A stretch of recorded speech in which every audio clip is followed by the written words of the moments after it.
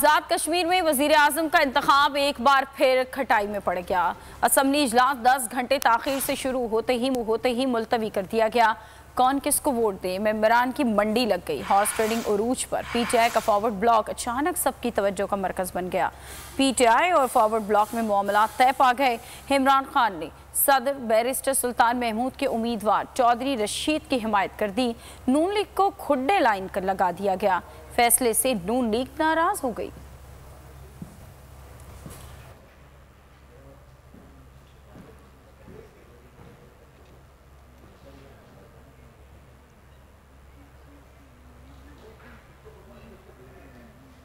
हवाए नफ्स की है हुक्मरानी, लुटेरा कर रहा है पासबानी। बोल न्यूज के मार्केटिंग हेड आकाश राम ताहा लापता। तफ्तीशी इदारे जवाब देने से कासिर। अहले खाना परेशान, बेटे की जुदाई में मां गम से निढाल। जो बच्चो हिंदू हुआ पर आए थे जो को पाकिस्तानी, मुझे मेहरबानी करे पंहिंजो आकाश वापस कयो।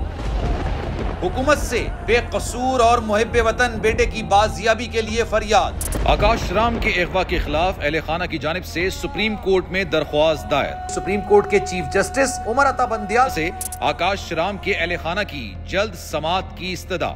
मुश्किल की इस घड़ी में आलमी मीडिया ने भी उठाई आवाज।